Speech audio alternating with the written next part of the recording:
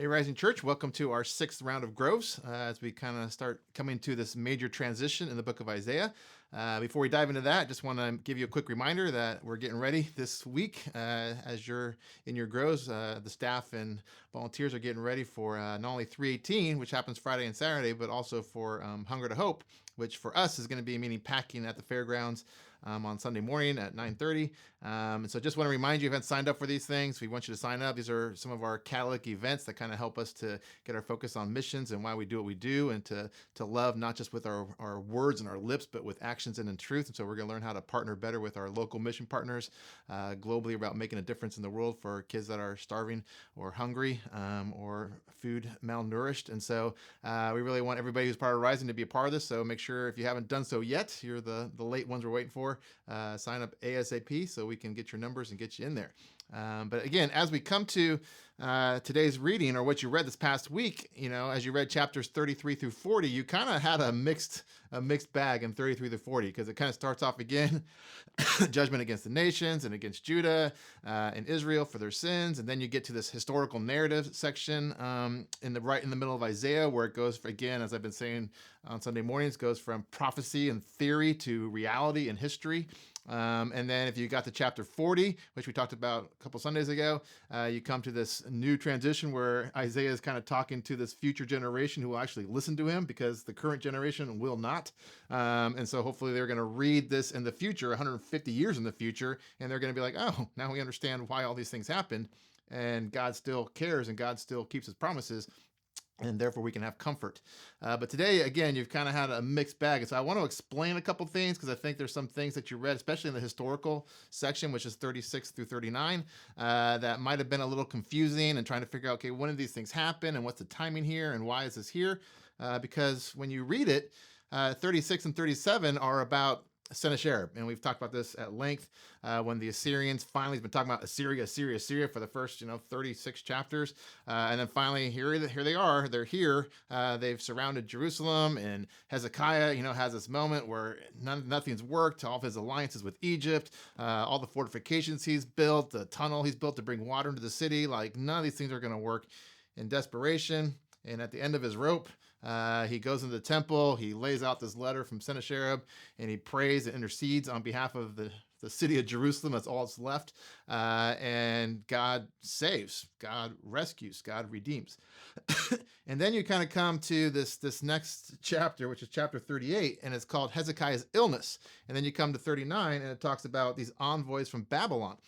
And it's kind of confusing, because you're like, okay, these things happen sequentially, it seemed to happen after Sennacherib and after the Assyrians. And when the reality is, most likely, we can't know 100% for sure, but most likely these events took place much earlier. So it's kind of like you have 36, 37 as the culmination of the first half of Isaiah, because it's all about Assyria. And so they're like, we want to wrap up kind of the whole Assyria thing by telling what happened with Assyria. And then as we come to the back half of Isaiah, it shifts focus from Assyria to Babylon. And so that's kind of why sequentially you can't just read it straight through and go, this is just chronological, because we don't always do things chronologically. For instance, in the Bible, that happens all over the place. Like if you look at your table of contents, you kind of have your historical narratives, and then you get to like Esther, and you get to Ezra and Nehemiah, and then you kind of backtrack when you get to the wisdom literature, because then you're talking about Job, which was a contemporary of Abraham, and then you got the Psalms and all these. So, and then you got these prophecies. So it's not always sequential. Even when you get to the New Testament, you get to the the epistles. Those aren't in our Bible in the order that they were written. And so kind of the same thing happens in this occasion, where he finishes talking about Assyria, and he's like, okay, now we're going to start this new chapter where we talk about Babylon. And so to understand Babylon, we got to rewind back to kind of the middle of Hezekiah's reign to tell you these two stories that are going to now play into where we're going with the back half of Isaiah. So hopefully that makes sense to you, that when we read chapters 38 and 39, these happen before 36 and 37, even though in your Bible they're written after. Hopefully you're tracking with me on that one. It's kind of like he's looking back a little bit. So you get the story about Hezekiah's illness. And it's significant because there's a few different reasons, because it says, if you read it, it's like he's at the point of death, like he is going to die. And you got to understand that at this point, he has no heir. And so the line of David seems like it's going to end with Hezekiah because he doesn't have an heir to the throne. And so kind of when Hezekiah becomes deathly ill, the people start freaking out because, well, who's going to sit on the throne? He's got to kind of figure this thing out because there's no son. There's no heir. And so he's in a panic. The nation's in a panic. This is, again, you kind of have the building thing with Assyria happening. Hasn't happened yet, but everybody knows it's coming. And so it's like, everyone, what are we going to do? What are we going to do? And so Isaiah, if you read the story, goes to him and tells him, hey, put your house in order because you're going to die. So get all this lined up, get your lineage, get your, the succession plan, get that in place because you're going to die. And Hezekiah at this point, it says he turns his face to the wall and he prays. And he prays to God and he kind of pleads with God, like, remember all the things I've done, all the religious reforms I've done. He just kind of, he weeps, he cries because he's like, I don't want this to be over yet. I want to still continue to be the king. And this is what it says in verse 4. Then the word of the Lord came to Isaiah. Go and tell Hezekiah, this is what the Lord, the God of your father David says. I have heard your prayer and I've seen your tears. I will add 15 years to your life, and I will deliver you and this city from the hand of the king of Assyria. I will defend this city. God makes him two pretty amazing promises. Not only you're not going to die, but you're going to live. I'm going to give you 15 more years, and I'm going to defend the city from the Assyrian threat, which is coming. Like, I'm going to do that. I will defend you. And then Hezekiah, you probably read kind of his response, and he's just like full of joy, and he kind of learned through this anguish that God's love for him, and so it actually ended up benefiting him to kind of be on the edge of death. And then you get the second story. And the second story is about these envoys from Babylon, from this far-off nation, who are also kind of at war with or kind of trying to assert their independence from or gain independence from Assyria. And so it says this in verse 1 of chapter 39. At that time, Marduk-Baladan, a new character, son of Baladan, king of Babylon, sent Hezekiah letters and a gift because he had heard of his illness and his recovery. So, like, this nation was almost in turmoil. We heard about this miraculous healing by your God, and so he sends these envoys to go like, congratulate him, to say, hey, we're glad you're feeling better, and we want to kind of hear the story. It says this in verse 2. Hezekiah received the envoys gladly and showed them what was in his storehouses, the silver, the gold, the spices, the fine olive oil, his entire armory, everything found among his treasures. There was nothing in his palace or in all his kingdom that Hezekiah did not show them. So imagine these envoys from a far-off nation, Babylon. Now, why would Hezekiah be interested in Babylon? Because he's seeing them as a potential ally against Assyria. And so he's looking for some people in the local region who will kind of join him as he's rebelled. He stopped paying tribute to Assyria. And he's like, well, who else around here can I back up? I got Egypt. Can I trust these people? I want to get the Babylonians on my side. I'm trying to make this whole conglomerate of nations and peoples and kings so that when Assyria starts to spread, we can counterattack and we can push back, right? And so he says, I'm going to show these people everything I got. I want to win them over. What did God just promise him? I will defend this city.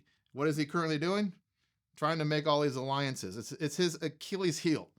Hezekiah, he was one of the best kings ever, but he also was, like all of us, it was very difficult for him to fully trust God. And so he's like, I gotta back myself up. I gotta make some alliances. And so he just starts showing these people everything he's got, showing them all the treasury, showing them all of his storehouses, showing them all of his weapons, everything.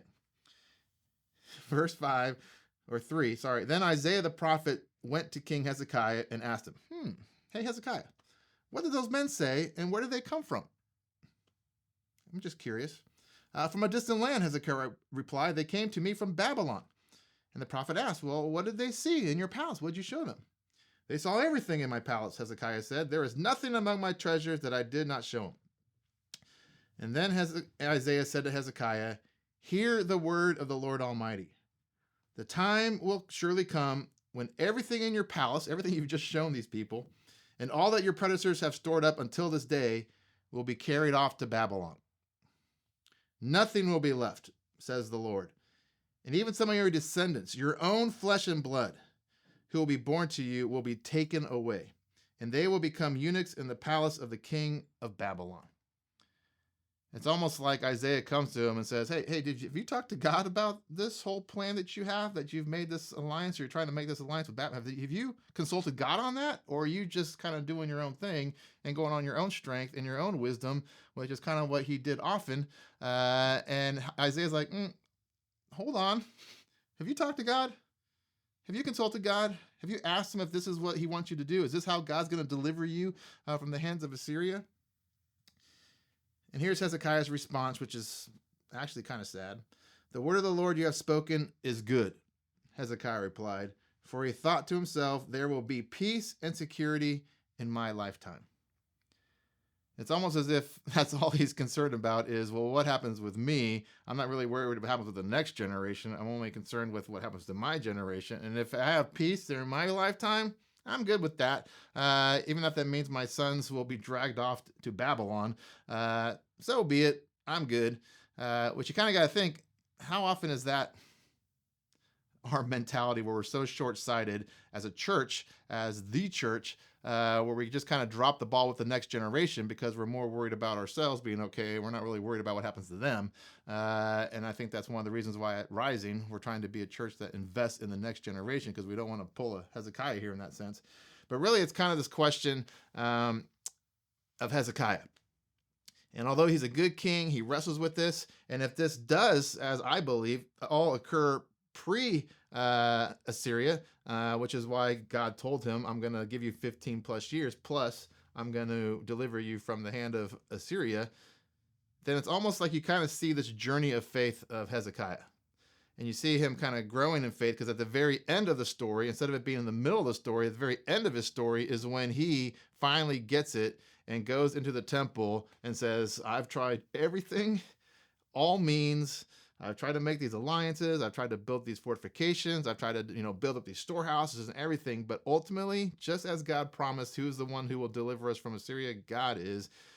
And if you remember the story from chapter 37, he goes again before into the temple, lays it all out before God, and prays for God to intervene and to rescue them and to save them. And when he finally does that, he finally humbles himself and turns to God as his only hope, God delivers. I think that's the progression of Hezekiah's story, and hopefully that's the progression of our story, that we just learn earlier maybe than Hezekiah did, to trust God and to know that God will deliver on his promises, and God will rescue, and God will save, and God will redeem. So hopefully that gives you some understanding a little bit of kind of what's happening here as we kind of go through this historical narrative. And as you unpack it a little bit more and talk about your highlights and talk about what stuck out to you, it's going to give you further insight and help stir it all in. So thanks for listening, and we will check back in with you next week.